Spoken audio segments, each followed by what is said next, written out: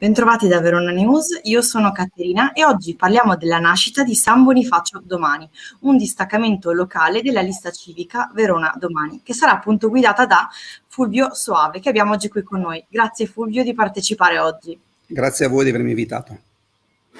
Prima di parlare appunto della nascita di San Bonifacio Domani, vorrebbe raccontare a chi ci sta ascoltando in questo momento il suo percorso, sia personale che professionale, che l'ha portata a ricoprire i ruoli attuali che lei ricopre e soprattutto che l'ha portata all'approdo di Verona Domani? Beh, la mia formazione è di origine cattolica, pertanto sono stato sempre molto vicino a quelle che sono le attività di volontariato e quello che è l'associazione. Ho una mia associazione che porto avanti da 8 anni che si chiama Mamma Anna, un piatto di pasta non si nega a nessuno, che ha ricevuto anche il premio della Domus Mercatorum di Verona 7 anni fa e che tutti i giorni distribuisce pasti alle persone indigenti.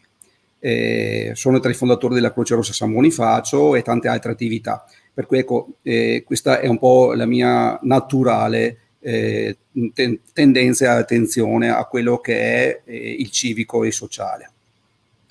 Mi occupo della gestione, io provengo da una famiglia di industriali, imprenditori del settore edile, e 21 anni fa c'è stata questa opportunità dell'acquisto di questa struttura alberghiera di cui io mi sono innamorato e ho portato avanti lo sviluppo. È stato un percorso interessante, faticoso, ma oggi questa struttura è ai vertici della catena Best Western Italia, è un cantiere di idee dove do un po' sfogo alla mia creatività e sono l'amministratore. Questo tipo di lavoro che ho fatto mi ha messo un po' in mostra nel consiglio degli albergatori in seno a Confcommercio. Sono stato proposto come vicepresidente a Giulio Cavarra, che sta facendo un ottimo lavoro su Verona, per cui mi occupo anche un po' di relazionarmi con quello che è il territorio dell'est veronese. Sono anche un consigliere del consiglio di amministrazione di Best Western Italia, per cui la mia visione sul turismo e quello che è l'accoglienza va ben oltre i confini della provincia di Verona. Anche questo è un impegno gravoso in termini di tempo.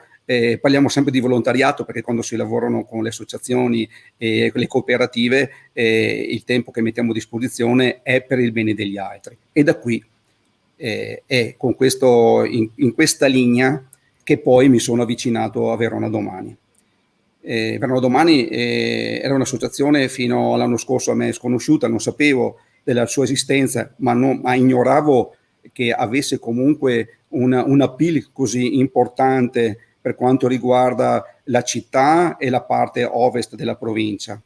E l'ho conosciuta in occasione delle votazioni regionali in cui ho avuto il piacere di conoscere e confrontarmi con Stefano Casali, allora candidato, che mi ha parlato, in cui ho manifestato il mio malessere, la mia preoccupazione per quanto riguarda il mio territorio e la mia idea di mettermi un po' in discussione, ma non avevo uno strumento tale in cui mi potevo identificare.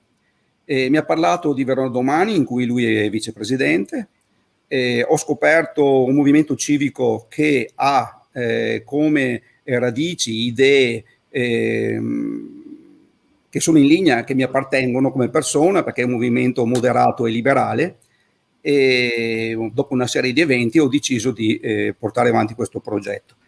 Molti mi hanno chiesto perché lo faccio, io francamente ho tante cose da fare, però sono stanco di vivere in modo passivo quello che viene deciso per me o per i miei coetanei, per i miei cittadini.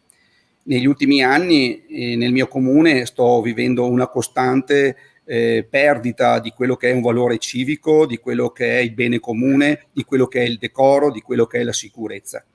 Pertanto ho cominciato a consultarmi con molti imprenditori, artigiani della zona, persone che conoscevo magari solo di vista, che non avevano una confidenza, ma nel momento in cui io ho parlato di questa mia idea, di questo mio progetto, di questo mio tentativo, perché parliamo di tentativo, perché ora è tutto quanto un progetto, è sulla carta, è sulla mente, di cambiare il paese, cioè deve essere il paese che vorrei, quello che desidero, ho trovato sostegno, vicinanza e non solo gratitudine per questa mia idea. E tanto è vero che a distanza di 10 giorni da cui sono stato nominato coordinatore per quanto riguarda il gruppo di San Bonifacio, contiamo quasi 70 iscritti e altrettanti simpatizzanti.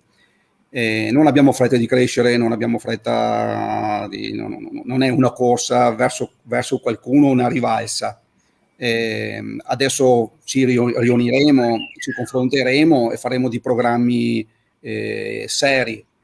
Io credo che non ci si può avvicinare alla politica in occasione delle amministrative a qualche settimana prima, cercando di fare delle liste civiche che poi sono liste da bar, perché si coinvolgono gli amici, i parenti, i familiari, e si è alla rincorsa di trovare magari anche quella femminile perché manca nel gruppo. Le cose devono crescere piano piano, appunto perché ci vuole visibilità. E per cominciare 2 anni e mezzo prima dalle prossime votazioni comunali era un elemento essenziale per fare le cose con calma e veramente guardarci in faccia e decidere che paese vorremmo per noi, per i nostri figli.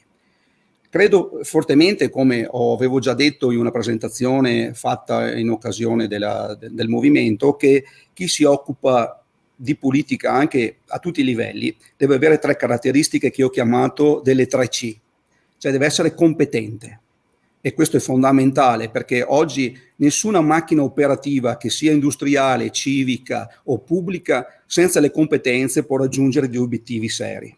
Deve essere credibile, perché nel momento in cui io mi presento, se non sono una persona credibile, non posso essere un leader e non sono seguito. E soprattutto deve essere coraggiosa. Oggi, nei nostri tempi, il coraggio è un fattore determinante. Molte persone hanno le qualità, le capacità, ma non hanno il coraggio di agire.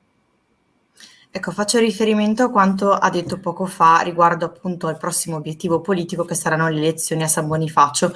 Manca ancora molto, manca più rispetto alle elezioni amministrative di Verona. Lei aveva riportato recentemente che i cittadini appunto di San Bonifacio avevano denunciato una trascuratezza, un'incuria, una mancanza di progettualità per appunto la zona. Come adesso leader di San Bonifacio Domani, quali sono le sue idee, i suoi progetti, qualcosa che vorrebbe già magari mettere in campo?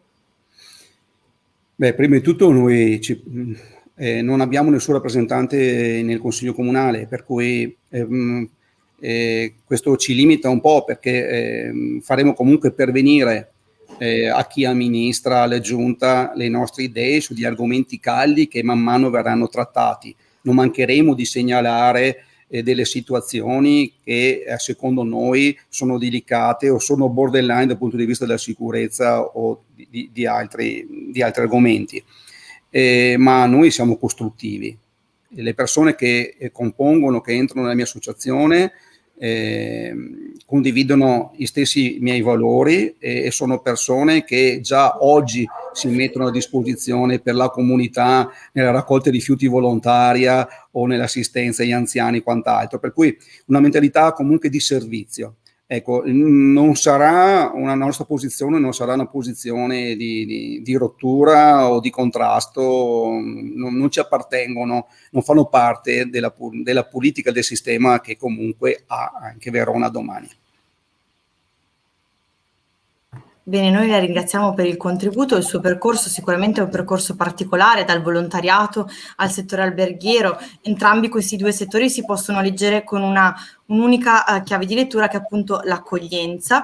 Le auguriamo il miglior percorso possibile all'interno di San Bonifacio Domani e la ringraziamo per il contributo di oggi. Nel frattempo saluto anche chiunque ci sta seguendo. Grazie. Grazie a voi per avermi invitato ancora e buon lavoro.